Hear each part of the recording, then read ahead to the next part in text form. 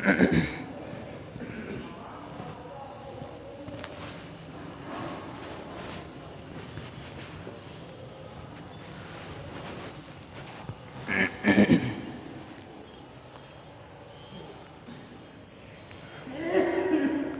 الحمد للہ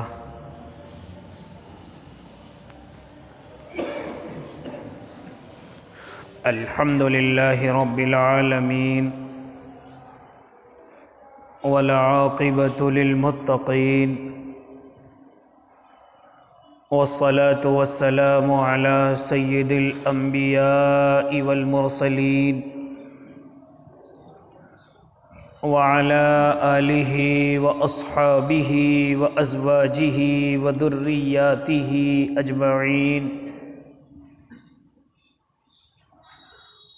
اما بعد فاعوذ باللہ من الشیطان الرجیم بسم اللہ الرحمن الرحیم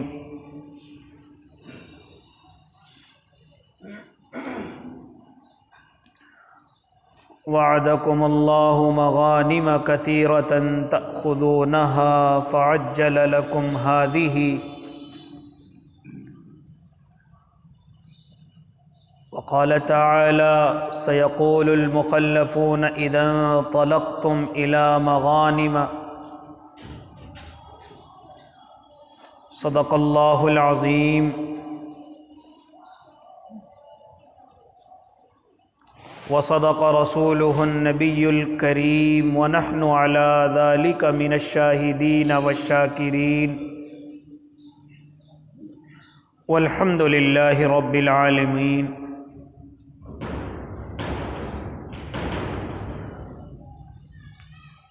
واجب الاحترام ساتھیوں، بزرگوں، نوجوانوں اور معصوم بچوں، اپنے گھروں میں سماعت فرمانے والی اسلامی مائیں اور بہنوں،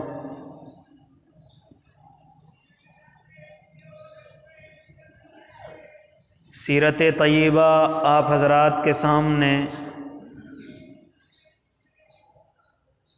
تواتر کے ساتھ بتائی جا رہی ہے۔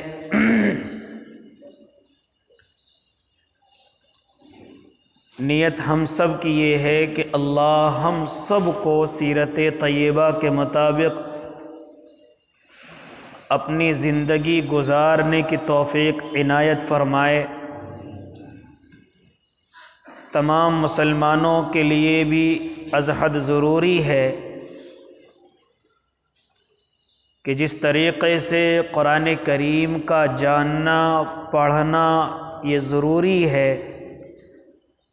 اسی طریقے سے سیرت طیبہ کا بھی جاننا، پڑھنا، سننا یہ زندگی کے لیے اہم ہے، ضرورت ہے، ضروری ہے۔ کل قیامت کے میدان میں زندگیوں کو اللہ کے نبی کی زندگی کے مطابق دیکھا جائے گا۔ جو اس کے مطابق ہوں گے وہ کامیاب ہوں گے، کوئی کمی ہوگی تو اللہ اس کو معاف کرے گا، لیکن جو بالکل ہی ہٹے ہوئے ہوں گے ان سے اللہ باز پرس کرے گا۔ میرے اور آپ کے آقا کی زندگی میں تمام چیزیں آئی ہیں، لیکن آج ہم سب صرف اسی چیز پر زور دیتے ہیں کہ میرے آقا کھاتے کس طرح سے تھے، پیتے کس طرح سے تھے، سوتے کس طرح سے تھے، چلتے کس طرح سے تھے، بات کیسے کرتے تھے۔ لیکن میرے بھائی، اس سے کہیں زیادہ میرے آقا کی زندگی میں یہ چیزیں تھیں کہ اپنوں سے بس کس طرح بات ہوتی ہیں، غیروں سے کس طریقے سے سلٹا جاتا ہے۔ اس لیے تو پوری دنیا پر بہت قلیل عرصے میں فتح یاب ہوئے، کامیاب ہوئے۔ اور آج بڑے بڑے سپہ سالاروں میں، سرداروں میں جب گنتی ہوتی ہے تو سب سے پہلے میرے اور آپ کے آقا کا نام آتا ہے۔ یہاں تک کہ ایک انگریز 100 معزز آدمیوں کی تفصیل لکھتا ہے، اللہ کو نہیں مانتا، نبی کو نہیں مانتا، بڑے بڑے سلاطین، سخیر، شجاعت، ساری چیزیں لوگوں میں گزری ہیں، لیکن جب وہ ترتیب دینے لگا کہ سب سے اوپر میں کس کو رکھوں تو مجبور ہو گیا کہ اللہ کے نبی ہی سب سے اوپر رہنے کے قابل ہیں۔ چونکہ میرے اور آپ کے آقا کے تعلق سے آپ حضرات ہر ہفتے آ کر کے بیٹھتے ہیں، آپ کو کچھ باتیں سماعت بھی ہوتی ہیں۔ پچھلے ہفتے جو بات چھوڑی گئی وہ یہاں سے کہ غزوہ خیبر کے تعلق سے آپ حضرات کے سامنے کچھ گفتگو آئی، اس کی کچھ تفصیلی جھلک آپ حضرات کے سامنے پیش کی گئی۔ یہ خیبر کیا ہے؟ آپ کو یہ بخوبی معلوم ہوگا کہ جب میرے اور آپ کے آقا مدینۃ المنورہ میں تشریف لے گئے تو ان میں بہت سارے قبیلے ہیں، بنو نذیر ہے، بنو قریظہ ہے۔ بنو قریظہ تو چونکہ وہیں ایک امن نامہ لکھ کر کے وہیں رہ گئے، بنو نذیر کو اللہ کے نبی نے جلا وطن کر دیا۔ ان کا سردار حی بن اخطب ہے۔ جب بنو نذیرہ سے مقابلہ ہوا تو حی ابن اخطب کی گردن کو وہیں پر اڑا دیا گیا تھا، لیکن جو اس کے خاندان والے ہیں وہ جب خیبر میں جا کر کے پناہ گزین ہوئے، وہاں جا کر کے رہنے لگے، اور یہ خیبر یہودیوں کا ایک بڑا گڑھ بن گیا، ایک بڑی جگہ بن گئی۔ وہاں اکثر یہودی رہنے لگے، کچھ بنو نذیر کے، کچھ وہیں کے رہنے والے، اور انہوں نے اپنے بچاؤ کے لیے بہت سارے قلعے تعمیر کیے کہ ہم اس میں رہ کر کے اپنے آپ کو بچائیں گے۔ خالی بچانا ہی نہیں بلکہ انہوں نے اپنی فورس بھی تیار کی، راوی تو 10,000 تک کہتے ہیں، بعض 20,000 تک کہتے ہیں، اپنی ایک فورس تیار کی، لیکن کبھی مقابلے کے لیے نہیں آیا، کبھی میدان کے اندر نہیں آیا۔ ہمیشہ اللہ کے نبی کے جو رشتے والے ہیں، جو مکۃ المکرمہ کے اندر رہتے ہیں، ہمیشہ ان کے کان بھرتا رہا اور ان کو مقابلے کے لیے تیار کرتا رہا۔ ان سے کہہ دیتا کہ تم مقابلے کے لیے آؤ، ہم تمہارا ساتھ دیں گے، لیکن وقت پر کوئی ساتھ دینے والا نظر نہیں آتا، جس کی وجہ سے کفار مکہ شکست خوردہ ہو کر کے واپس لوٹ جاتے۔ یہ یہیں سے خیبر سے بیٹھے بیٹھے بڑی بڑی سازشیں رچا رہا ہے۔ الغرض جب میرے اور آپ کے آقا کو معلوم ہوا کہ اس نے اپنی فورس کو میرے خلاف تیار کیا تو میرے آقا نے گھر بیٹھے انتظار نہیں کیا، یہ نہیں سوچا کہ جب آئے گا دروازے پر تب دیکھ لوں گا، جب مقابلے کے لیے تیار ہوگا تب دیکھ لوں گا۔ میرے بھائی، یہ میرے آقا کی خاصیتوں میں سے ایک خاصیت جو بارہا میں آپ کو بتلا رہا ہوں، بار بار آپ کو بتلا رہا ہوں کہ اگر معلوم ہو جائے کہ کوئی آپ کے خلاف سازشیں کر رہا ہے تو آپ کو چاہیے کہ اس کے خلاف تحقیق کر کے ایکشن لے لیا جائے، ورنہ وقت پر نقصان زیادہ ہوتا ہے، ورنہ مقابلے میں نقصان زیادہ ہوتا ہے۔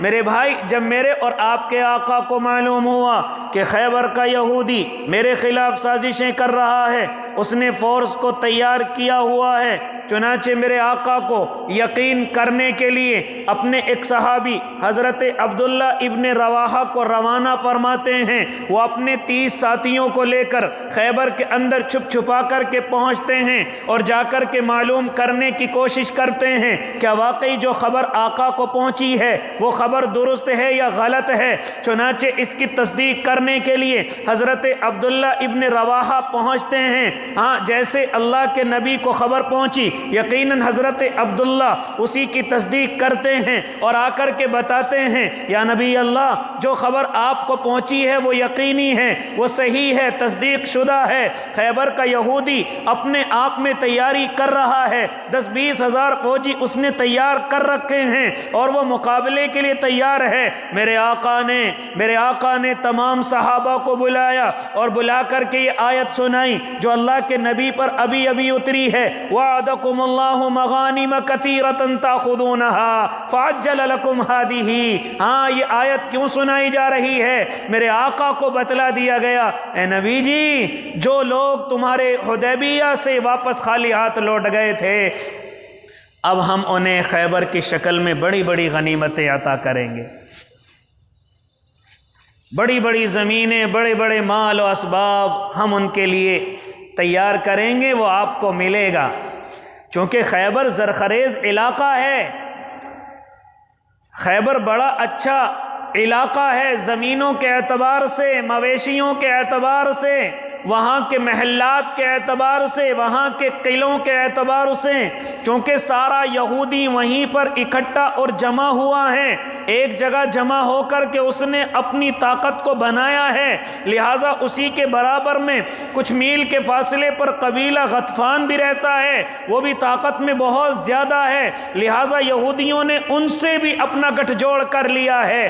میرے آقا کو یہ خبر پہنچی ہے تو اس طریقے سے ان سپاہیوں کی تعداد بہت زیادہ ہے۔ صحابہ اکرام کو میرے آقا اکٹھا کرتے ہیں اور اعلان کرتے ہیں، او اللہ کے دیوانوں، او اللہ کے نیک بندوں، اللہ رب العزت نے تمہارے لیے بڑی غنیمتیں تیار کی ہیں، وہ غنیمتیں تمہیں خیبر کی شکل میں ملیں گی، یہ اللہ کا وعدہ ہو گیا۔ اللہ نے اپنی قرآن کے ذریعے سے اپنے نبی کو یہ خبر پہنچائی کہ آپ کو خیبر کے ذریعے سے بڑی غنیمتیں ملیں گی، لہٰذا اب کچھ لوگ ایسے تھے جو منافق قسم کے لوگ تھے، ان کو جب یہ معلوم ہو جاتا، ہاں منافق کہتے کسے ہیں؟ جو دل میں اللہ کا دشمن ہو اور ظاہر میں اللہ والا نظر آتا ہو، ایسے کو اس وقت میں منافق کہا جاتا تھا، جو ظاہر میں نبی کا دوست بننے کی کوشش کرتا تھا لیکن اندر خانے میرے آقا کی کاٹ کرتا تھا۔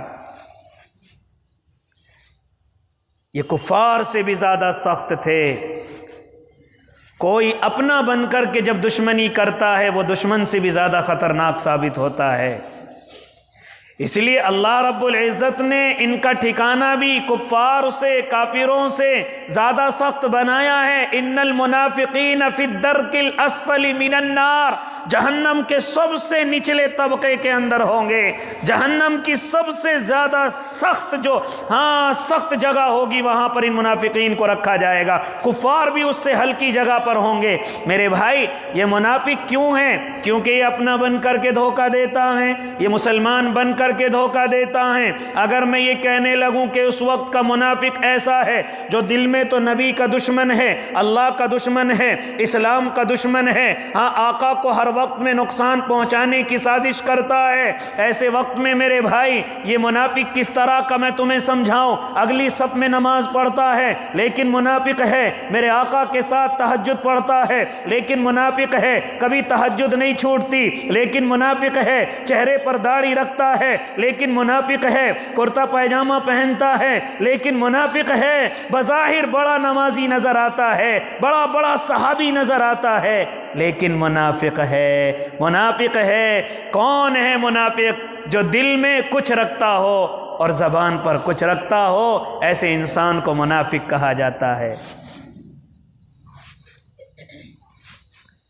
لیکن آج کے دور میں چونکہ اس وقت میں تو دل کی بات آج بھی اللہ کے علاوہ دل کی بات کوئی اور نہیں جانتا، اور اللہ حضرت جبرائیل کے ذریعے اپنے نبی کو بتلا دیتا ہے کہ منافق کون ہیں۔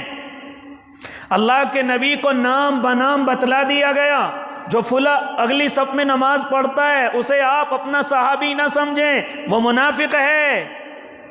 جو تہجد کی نماز بڑی پابندی سے پڑھتا ہے اسے نیک نہ سمجھیں، وہ منافق ہے۔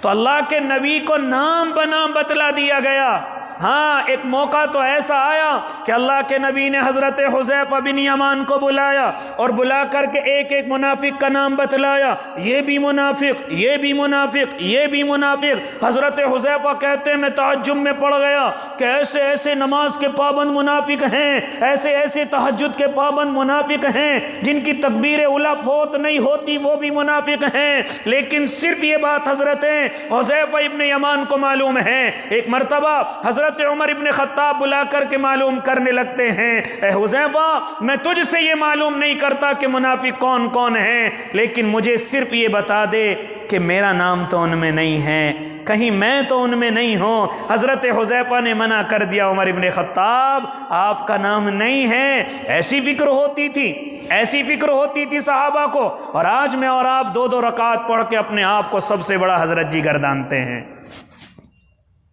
حضرت حذیفہ جیسے جن کی چاہتوں پر قرآن کی آیتیں اترتی ہوں، جن کو اللہ کے نبی نے یہ کہہ دیا ہو کہ میرے بعد اگر کوئی نبی ہوتا تو وہ عمر ابن خطاب ہوتا، لیکن کیا شک ہے کہ کہیں میں منافق تو نہیں ہوں، کہیں میں اللہ کے نبی کا دشمن تو نہیں ہوں، کہیں اللہ مجھ سے نفرت تو نہیں کرتا، حذیفہ میرا نام تو نہیں ہے۔ تو حضرت حذیفہ نے منع کر دیا، لیکن پھر اللہ کے نبی کے پاس حضرت عمر ابن خطاب پہنچتے ہیں اور پہنچ کر کے کہتے ہیں یا نبی اللہ ایک ایک منافق کا نام بتلاتے جائیے، میں ان کی گردنوں کو آپ کے سامنے گیرتا چلا جاؤں گا، آپ ذرا ان کے نام تو مجھے تجویز کیجئے۔ لیکن اللہ کے نبی نے فرمایا اے عمر، اے عمر، اے عمر، لوگوں کی نظروں میں یہ مومن ہیں، لوگوں کی نظروں میں یہ مسلمان ہیں، لوگوں کی نظروں میں یہ میرے ساتھی کہلاتے ہیں، اگر میں نے ان کی گردنوں کو مارا تو دشمن کہے گا کہ دیکھو محمد نے اپنے ساتھیوں کو مارنا شروع کر دیا ہے۔ اس لیے میرے بھائی اس دور میں تو میں یہ بات کیوں سمجھانے لگا، میں یہ بات اس لیے سمجھانے لگا، آج کل کچھ لوگ اپنے بھائیوں کو بھی منافق سمجھتے ہیں۔ میرے بھائی آج کے دور میں یہ پیمانہ نہیں ہے، یہ پیمانہ کسی کو منافق کہنے کا نہیں ہے، میں اور آپ کسی کو منافق نہیں کہہ سکتے، میں اور آپ کسی پر نفاق کا لیبل نہیں لگا سکتے۔ آج کل غصے میں، لڑائیوں میں، جھگڑوں میں اور آپ کہہ دیتے ہیں نا، بڑے بڑے دینداروں سے بھی ہم نے سنا ہے کہ کسی کو بھی منافق کہہ دیا جاتا ہے۔ اس وقت میں منافق اسی کو کہا گیا کہ جس کو اللہ رب العزت نے جبرائیل کے ذریعے نبی کو بتا دیا کہ یہ منافق ہیں، اس لیے ان پر لیبل لگ گیا۔ میرے بھائی اس وقت میں اور آپ کسی کو منافق نہیں کہہ سکتے، ہاں لیکن اللہ کے نبی نے منافقوں کی کچھ نشانیاں بتلائی ہیں، ہاں کچھ نشانیاں بتلائی ہیں، اگر وہ نشانیاں کسی کے اندر موجود ہوں تو خود ہی ان کو ختم کرنے کی کوشش کرنی چاہیے۔ آیت المنافق ثلاث، اذا حدث كذب واذا وعد اخلف واذا اؤتمن خان واذا خاصم فجر۔ اس وقت میں اور آپ کسی کو منافق تو نہیں کہہ سکتے، لیکن کچھ نشانیاں ہیں جن کی جو اس وقت میں منافقوں کے اندر پائی جاتی تھی، اگر وہ نشانیاں میرے اور آپ کے اندر موجود ہیں تو مجھے اور آپ کو چاہیے کہ ان کو ختم کر لیں۔ کہیں اللہ کے یہاں میرا اور آپ کا نام منافقوں میں تو نہیں ہے؟ وہ کون کون سی ہیں؟ ہاں منافق کی 3 علامتیں یا اس کے علاوہ 4 علامتیں۔ اللہ کے نبی نے فرمایا کہ منافق جب بات کرتا ہے تو جھوٹ بولتا ہے، پہلی نشانی یہ ہے۔ اس کے بعد فرمایا وعدہ کرتا ہے تو اس کے خلاف کرتا ہے، پھر فرمایا ہاں اس کے پاس امانت رکھی جائے تو اس میں خیانت کرتا ہے، اور دوسری روایت میں ایک چوتھی علامت بھی ہے، جب اس کا کسی سے جھگڑا ہو جائے تو گالیاں بڑی دیتا ہے، جب اس کا کسی سے جھگڑا ہو جائے تو ایسی ایسی گالیاں دیتا ہے کہ لوگ تعجب میں ہو جاتے ہیں، ارے یہ تو حافظ صاحب تھے، یہ کیسی گالیاں دے رہے ہیں، ارے یہ تو امیر صاحب تھے، یہ کیسی گالیاں دے رہے ہیں، ارے یہ تو حاجی صاحب تھے، یہ کیسی گالیاں دے رہے ہیں، ارے ان کے چہرے پر تو بڑی خوبصورت داڑھی ہے، بڑا نورانی چہرہ ہے، لیکن کیسی گالیاں دے رہے ہیں۔ فرمایا کہ نشانی منافق کی ہے کہ جب بات کرتا ہے تو جھوٹ بولتا ہے، وعدہ کرتا ہے تو اس کے خلاف کرتا ہے، کوئی امانت کوئی رکھتا ہے تو اس امانت میں خیانت کرتا ہے، ہاں اگر کسی سے اس کی لڑائی ہو جائے تو بھول جاتا ہے میں کتنا بڑا حضرت جی ہوں، گالیاں بکنے لگتا ہے۔ یہ کس کی علامتیں ہیں؟ منافق کی علامتیں۔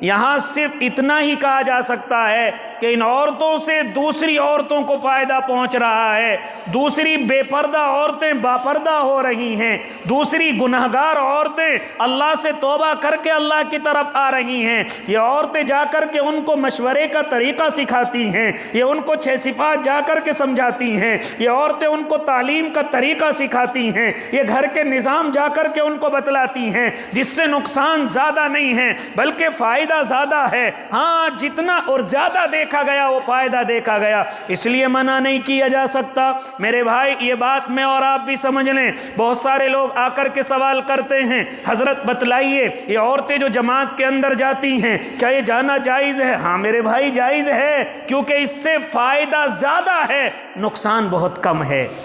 حالانکہ نقصان ہے لیکن زیادہ نہیں ہے، اجازت ہے، جائز ہے، یہ بھی علماء کی ترتیب ہے، کسی اور نے اپنے گھر سے اس کو تیار نہیں کیا، یہ بھی علماء نے نصاب تیار کیا ہے کہ ہماری مائیں بہنوں تک دین کیسے پہنچ جائے، ہماری مائیں بہنیں کس طریقے سے رابعہ بصریہ کی طرح ہو جائیں۔ اس لیے میرے بھائی اس طریقے سے عورتوں کو اجازت دی گئی، کیونکہ ایک عورت کو دیکھ کر کے دوسری عورت اسی طرح کرنے کی کوشش کرتی ہے۔ آپ نے دیکھا ہوگا دنیا کے اعتبار سے بھی آپس میں ایک دوسرے کی نقل اتارنے کی کوشش کرتی ہیں، کیوں نہ یہ نقل دین کے اعتبار سے شروع ہو جائے، کیوں نہ یہ نقل اللہ کی بندیوں کی اللہ کے لیے ہو جائے۔ میرے بھائی جب ایک عورت اللہ کی نیک بندی بنے گی تو دوسری اس کو دیکھ کر کے بھی اللہ کی نیک بندی بننے کی کوشش کرے گی۔ میرے بھائی اس عمل سے ہاں ہم نے دیکھا ہے کہ بڑی بڑی گناہگار عورتیں آج اللہ نے ان کو یہ ہدایت دی ہے کہ ان کے ہاتھ کا ناخن بھی کوئی غیر مرد اس دعوت کی محنت سے نہیں دیکھ سکتا۔ آپ نے تجربہ آپ نے اپنی آنکھوں سے بھی دیکھا ہوگا، اس لیے نقصان کہاں ہے، یہ تو فائدہ ہی ہے۔ اور جب گھر کی عورت دیندار ہو جائے تو شوہر کا دین پر چلنا بڑا آسان ہو جائے۔ جب گھر کی بیوی نماز کی پابند ہو جائے تو شوہر پھر پابند ہونا اس کی مجبوری بن جاتا ہے۔ جب شوہر کے سامنے بیوی اٹھ کر کے تہجد کی نماز پڑھے گی تو ایک دن شوہر کو بھی شرم آئے گی کہ کیا اللہ تیرا نہیں ہے، کیا اللہ کا تو بندہ نہیں ہے۔ اس لیے میرے بھائی ہاں بہت سارے مرد حضرات اس طریقے سے بھی ہوتے ہیں کہ ان کی عورتیں ان کو دین پر چلنے کے لیے منع کرتی ہیں، ان کو دین پر جانے کے لیے ان کے لیے اصرار کرتی ہیں۔ ارے ہاں بہت ساری عورتوں کو آج بھی دیکھا ہے کہ داڑھی والے مرد کو پسند نہیں کرتی، کرتا پائجامہ پسند نہیں کرتی۔ آج میرے اور آپ کے بہت سارے گھروں کا ماحول یہ ہے کہ اگر ان کے گھر میں رشتہ آ جائے تو ان کو معلوم اگر بیٹیوں کو ہو جائے وہ تو چہرے پر داڑھی رکھتا ہے، فوراً منع کر دیتی ہیں۔ جانتے ہو وجہ کیا ہے؟ گھر میں دینی ماحول نہیں ہے۔ وجہ کیا ہے؟ گھر میں دیندار بیٹیاں نہیں ہیں۔ اگر دیندار بیٹی ہوتی، ہاں دیندار بیٹی ہوتی تو باشرہ کو پسند کرتی، نماز کے پابند کو پسند کرتی، کرتے اور پائجامے کو پسند کرتی، داڑھی والے کو پسند کرتی۔ لیکن جب گھر میں دین کا ماحول نہیں ہے، بہت سارے حضرات ایسے ہیں جو آ کر کے کہتے ہیں حضرت میں نے داڑھی رکھ کر کے کوئی غلطی کر لی، حضرت میں نے داڑھی رکھ کر کے کوئی گناہ کر لیا، میرا رشتہ جس گھر میں جاتا ہے وہاں سے خبر آتی ہے تمہارا بیٹا داڑھی رکھتا ہے، ہم اس سے رشتہ نہیں کریں گے۔ اس لیے نوجوان شادی سے پہلے داڑھی رکھنا عیب سمجھتے ہیں، داڑھی رکھوں گا لیکن شادی کے بعد رکھوں گا۔ وجہ کیا ہے؟ وجہ کیا ہے؟ وجہ یہ ہے کہ رشتے ٹھکرائے جا رہے ہیں۔ وجہ کیا ہے؟ بہت سارے نوجوانوں کو دیکھا، کئی نوجوان میرے پاس آئے جن کی شادیوں کے رشتے 20 سال سے شروع ہو گئے اور 28 اور 30 سال تک ان کی عمر ہو گئی۔ ارے تمہارا نکاح کیوں نہیں ہوتا؟ تو وہ کہتا ہے حضرت جس جگہ بھی رشتے کی بات ہوتی ہے وہ کہتے ہیں کہ داڑھی والے کو میری بیٹی پسند نہیں کرتی ہے، وہ کہتے ہیں کہ پہلے داڑھی کٹاؤ پھر اس کے بعد ہم تم سے اپنی بیٹی کا نکاح کریں گے۔ یہ ایسے مسلمان ہیں کہ انہیں دیکھ کر کے یہود بھی شرما رہے ہیں، انہیں دیکھ کر کے کفار بھی شرما رہے ہیں کہ ایسے جب مسلمانوں کے اندر عورتیں پیدا ہو جائیں تو اب ہمیں محنت کرنے کی ضرورت نہیں ہے، اب ہمیں ان میں محنت کرنے کی ضرورت نہیں ہے۔ بہت ساری عورتیں میرے بھائی میرے نوجوانوں کو اس لیے پسند نہیں کرتی کہ ان کے چہروں پر داڑیاں ہیں۔ یہ کس وجہ سے ہے؟ گھر کا ماحول دینی نہیں ہے۔ یہ کس وجہ سے ہے؟ گھر میں ٹی وی تو پابندی سے چلایا جاتا ہے لیکن کتاب دینی پابندی سے نہیں پڑھی جاتی، اسی لیے ان عورتوں کو جماعت میں وقت لگانے کے لیے بھیجا جاتا ہے کہ اللہ کی بندی جاؤ 3 دن کے اندر اور دیکھ کر کے آنا کہ دینی ماحول کسے کہتے ہیں۔ وہ ماحول جو تم دیکھ کر کے آؤ وہی اپنے گھر میں بنا لینا، وہی ماحول اپنے گھر کے اندر تیار کر لینا، وہی ماحول اپنے گھر کے اندر بنانا۔ میرے بھائی ایسے گھروں کو دیکھا ہے، پھر جب وہ عورتیں اللہ کے راستے میں وقت لگا کر کے آتی ہیں، پھر یہی عورتیں کہتی ہیں کہ اس ٹی وی کو گھر سے نکالا جائے، پھر یہی عورتیں کہتی ہیں کہ اب اس گھر میں ٹی وی نہیں بلکہ فضائل کی کتاب کی یہاں تعلیم ہوگی، یہاں اللہ کے نبی کی حدیثیں پڑھی جائیں گی، اب یہاں ٹی وی کی پابندی نہیں بلکہ تعلیم کی پابندی ہوگی۔ یہ فائدہ ہے عورتوں کو اپنے ساتھ اللہ کے راستے میں لے جانے کا۔ اس لیے معزز سامعین اعظام، یہ ماحول کیوں خراب ہوا؟ اسی لیے خراب ہوا گھر کا ماحول دینی نہیں ہے۔ یہ ماحول کیوں خراب ہوا؟ اس لیے میرے بھائی مجھے اور آپ کو چاہیے، اگر میری اور آپ کے گھروں میں میری بیٹی میری بیوی اگر دین سے ہٹی ہوئی ہے، دین سے نفرت کرتی ہے، داڑھی والے کو پسند نہیں کرتی، اس کے سامنے تقریر کرنے کی ضرورت نہیں۔ اچھا طریقہ یہ ہے کہ گھر کے اندر کتاب کو لے جایا جائے، جو کتاب دینی ہے، جو کتاب نصابی ہے، جو کتاب ہمارے علماء کی ہے، جید علماء کی ہے، جو کتاب مقبولیت میں اپنی شان رکھتی ہے، جس کو میں اور آپ فضائل اعمال کے نام سے جانتے ہیں، اس کتاب کو اپنے گھر لے جایا جائے۔ اپنی بیوی سے کہا جائے، بیوی کو یہ نہ کہا جائے کہ تو داڑھی پسند کیوں نہیں کرتی، بیوی کو یہ نہ کہا جائے کہ تو ٹی وی کی پابندی کیوں کرتی ہے، بلکہ اس سے کہا جائے اللہ کی بندی جب تجھے ذرا ٹی وی سے فرصت مل جائے تو اس کتاب کو ذرا 5-10 منٹ کھول کے دیکھ لیا کرنا، جب تیری سمجھ میں آ جائے تو اپنی بیٹے اور بیٹیوں کو بٹھا کر کے ذرا ایک حدیث ان کے سامنے بیان کر دینا۔ رب کعبہ کی قسم آپ کچھ ہی دن میں اپنی بیوی کو بدلتا ہوا دیکھیں گے، اور دیکھا ہے لوگوں نے۔ علاوہ اس کے کہ ہم اس پر ڈانٹ ڈپٹ کریں، اس سے لڑائی کریں، اس پر ہاتھ اٹھائیں، یا اسے اپنے گھر سے نکالنے کی کوشش کریں، یا اس سے طلاق لے کر کے چھٹکارا دینے کی کوشش کریں، نہ میرے بھائی نہ، یہ طریقہ درست نہیں ہے۔ طریقہ بہتر یہی ہے، اگر آپ اپنے گھر میں دینی ماحول لانا چاہتے ہیں تو اس طریقے سے اپنے گھر میں دینی ماحول کے لیے پہلے خود اللہ کے راستے میں نکلیں، پھر اپنی بیوی کا دماغ اور اس کا ذہن بنائیں، وہاں کتاب کی تعلیم شروع کریں، پھر اپنی بیوی کو اپنے ساتھ لے کر کے اللہ کے راستے میں نکلیں۔ انشاءاللہ ماحول بدلے گا، انشاءاللہ محلہ بدلے گا، انشاءاللہ شہر اور معاشرہ بدلے گا۔ ورنہ بڑا رونا آتا ہے کہ بھائی رشتے کے لیے 10 سال سے اپلائی کر رہا ہوں، لیکن داڑھی کی وجہ سے بہت سارے نوجوانوں نے تو صرف اسی لالچ میں داڑھی کٹائی ہیں کہ ہمارا رشتہ نہیں ہوتا، ہمیں کوئی پسند نہیں کرتا۔ کون ہے اس کا گناہ؟ کس کے سر پر ہے اس کا گناہ؟ اس لیے معزز سامعین اعظام، بات چلی کہاں سے کہ اللہ کے نبی نے ان عورتوں کو اجازت دی کہ آپ مرہم پٹی کے لیے میرے ساتھ ہو سکتی ہیں، اور جو ضرورت پڑے گی ان ضرورتوں کو وہاں آپ کے ذریعے سے، یعنی کھانا بنانے کی ضرورت ہے۔ حالانکہ صحابہ اکرام خود کھانا بنایا کرتے تھے، حالانکہ صحابہ اکرام اپنی ساری تیاریاں خود ہی کیا کر لیتے تھے، لیکن میرے بھائی مرہم پٹی یہاں تک کہ یہی میری مائیں بہنیں کیا کرتی تھی۔ تو میرے بھائی اسی تعلق سے یہ مثال وہاں تو نہیں دی جا سکتی، لیکن چونکہ عورتوں کی وجہ سے دین پھیل رہا ہے، گھر کا ماحول اچھا ہو رہا ہے، اس لیے اس ترتیب کو منع نہیں کیا جا سکتا، ناجائز قرار نہیں دیا جا سکتا، کیونکہ اس سے نقصان کم ہے، فائدے زیادہ ہیں۔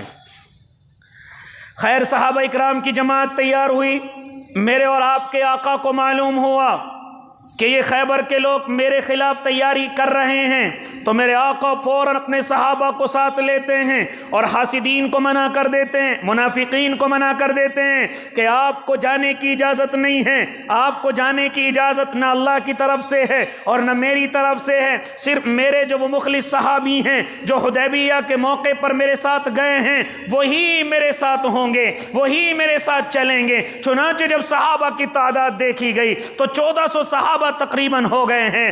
ان صحابہ کو لے کر کے میرے آقا، اس کے علاوہ جو حضرت جعفر طیار کا جو ایک قافلہ ہے جو حبشہ گیا تھا وہ بھی واپس آ گیا۔ اس طریقے سے 15 اور 1600 کے درمیان یہ تعداد ہو گئی۔ آپ ان تمام صحابہ کو لے کر خیبر کے اندر پہنچے ہیں۔ راتوں رات پہنچ گئے، عصر کے وقت ہی پہنچ گئے۔ چنانچہ جب رات ہو گئی، یہودیوں کو کچھ پتہ نہیں ہے کہ کیا ہونے والا ہے۔ رات میں میرے آقا وہیں پر بیٹھ گئے، اپنے صحابہ کو رکنے کا موقع دیا۔ صحابہ کو کیسی جگہ پر رکنے کا موقع دیا؟ جو خیبر ہے اس کے برابر میں غطفان ایک قبیلہ ہے جو ان یہودیوں کا ساتھ دینے کے لیے تیار ہے۔ میرے آقا اس غطفان کے راستے میں ہی جا کر کے بیٹھ گئے۔ جب غطفان صبح کو اٹھے ہیں، انہوں نے دیکھا ارے ہم تو یہودیوں کا ساتھ دینے کے لیے جا رہے تھے، لیکن یہ محمد عربی تو ہمارے دروازے پر بیٹھا ہوا ہے، اس لیے اپنی جان بچاؤ، دوسرے کے ساتھ دینے سے بہتر ہے پہلے اپنی جان بچاؤ۔ یہ تھا میرے آقا کا طریقہ اختیار، یہ تھی میرے آقا کی سیاست جو آج میں اور آپ بھول بیٹھے ہیں، جو اس انتظار میں ہیں کہ دشمن آئے گا تو دیکھ لیں گے، جو اس انتظار میں ہیں جب ہوگا دیکھا جائے گا، جو اس انتظار میں بیٹھے ہوئے ہیں۔ اور دشمن میرے اور آپ کے خلاف کتنی تیاریوں میں ہیں یہ میں اور آپ بخوبی جانتے ہیں۔ اس لیے میرے بھائی، میرے اور آپ کے آقا خیبر کے وقت میں رات میں پہنچے۔ اصول یہ ہے کہ رات میں خیبر پر یا کہیں بھی میرے آقا حملہ نہیں کرتے تھے، صبح کے وقت کا انتظار کرتے تھے۔ جب صبح ہوئی اور یہودی اپنی کدال لے کر کے اپنے کھیتوں کی طرف جا رہے ہیں، لیکن کیا دیکھتے ہیں آنکھیں پھٹی کی پھٹی رہ گئی۔ ارے جن کے خلاف ہم سازشیں کر رہے تھے، جن کے خلاف ہم کل پرسوں میں جانے کی تیاری کر رہے تھے، ارے یہ تو ہمارے سر پر بیٹھا ہوا ہے، یہ تو ہمارے سر پر آ چکا ہے۔ چنانچہ فوراً شور مچایا ہے، ارے محمد اپنے پانچوں طاقت کے ساتھ ہمارے سامنے آ چکا ہے۔ یہ پانچوں طاقت کیا کہلاتی ہیں؟ یہ اس طریقے سے کہ 5 حصوں میں اس کو بانٹ دیا جاتا تھا اور پانچوں طرف اللہ کے نبی اپنے جھنڈے عطا کر دیے کرتے تھے۔ اس سے پہلے کوئی سی جنگ کے اندر کوئی جھنڈا نہیں ہوتا تھا، ہلکی پھلکی سی جھنڈیاں ہوتی تھی، لیکن اس خیبر کے موقع پر اللہ کے نبی نے بڑے جھنڈوں کو اجازت دی ہے کہ جھنڈوں کے ساتھ چلیں۔ کوئی نظم پڑھتا ہوا چل رہا ہے، کوئی نعتیں پڑھتا ہوا چل رہا ہے، کوئی اللہ کی تعریف کرتے ہوئے چل رہا ہے۔ صحابی نعرہ لگانے کی کوشش کرتے ہیں، میرے آقا نے منع کر دیا، جس کے لیے تم جا رہے ہو وہ دیکھ رہا ہے، اس کو سنانے کی ضرورت نہیں ہے، شور مچانے کی ضرورت نہیں ہے۔ آج میرا اور آپ کا حال کیا ہے کہ ہم راستوں میں شور مچاتے ہوئے چلتے ہیں، ارے فلاں کا الیکشن ہے ذرا شور مچاتے ہوئے چلو۔ یہ طریقہ شریعت کا نہیں ہے، یہ طریقہ شریعت کا نہیں ہے میرے بھائی۔ میرے آقا نے سختی سے منع کر دیا کہ جب راستوں کے اندر چلو تو اللہ کا نام لیتے ہوئے چلو۔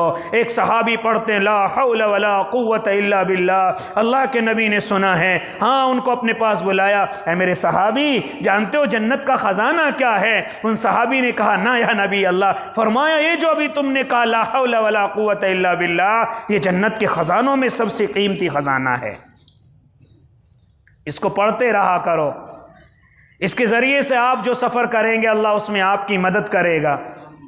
اس کے ذریعے سے جب آپ راستوں میں چلیں گے اللہ راستوں کی رکاوٹیں آپ کی دور کرے گا۔ یہ میرے اور آپ کے لیے بھی ہے کہ میں اور آپ اللہ کی طاقت، اس کی بڑائی اس کے راستوں میں بیان کرتے ہوئے چلیں۔ چنانچہ جب یہودی مدینہ دیکھتے ہیں کہ اللہ کے نبی تو ہمارے سامنے کھڑے ہوئے شور مچاتے ہوئے دوڑے ہیں، ارے محمد عربی جس کے یہاں ہم کل پرسوں جانے کی کوشش کر رہے تھے وہ تو خود ہمارے سامنے موجود ہے، اب اس سے جان بچانا مشکل ہے۔ چنانچہ اپنے اپنے قلعوں میں جا کر کے بند ہو گئے۔ سب سے پہلا قلعہ نائم، اللہ کے نبی صلی اللہ علیہ وسلم اس کی طرف بڑھے ہیں اور اس کو فتح کیا ہے۔ اس میں ایک صحابی جو بیچارے لڑتے ہوئے تھک گئے اور ایک طرف کو جا کر کے بیٹھ گئے، کسی نے قلعے کے اوپر سے پتھر ان کے سر پر مارا جس کی وجہ سے ان کی جان نکل گئی، ایک صحابی اس میں شہید ہوئے، لیکن اللہ کے نبی نے اس قلعے کو فتح کر لیا۔ اب دوسرا قلعہ قموس کے نام سے ہے، اس میں اکثر بڑے کفار جا کر کے، بڑے یہودی جا کر کے اس میں جمع ہو گئے۔ یہ قلعہ کس کا ہے؟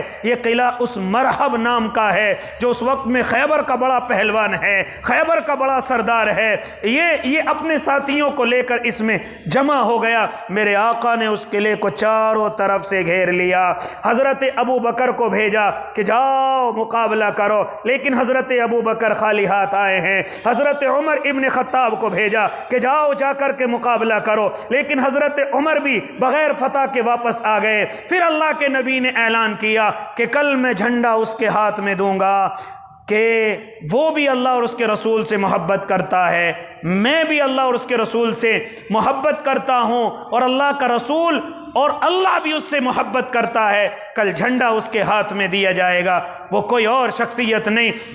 تمام صحابہ پوری رات انتظار کر رہے ہیں کہ کل کس کو جھنڈا دیا جائے گا کہ جس کے ہاتھ پر اللہ نے فتح لکھی ہے، وہ کوئی اور نہیں، وہ میرے اور آپ کے آقا کے لاڈلے داماد حضرت علی بن ابی طالب کرم اللہ وجہہ ہیں، کہ جن کو اللہ رب العزت کے نبی میرے اور آپ کے آقا محمد عربی کل جھنڈا عطا کریں گے، جن پر اللہ اس قلعے کو فتح کرے گا۔ اس کی روداد انشاءاللہ اگلے ہفتے آپ کے سامنے آئے گی۔ جنہوں نے سنتیں نہیں پڑھی وہ سنتیں پڑھ لیں۔ آمین وآخر دعواہم ان الحمدللہ۔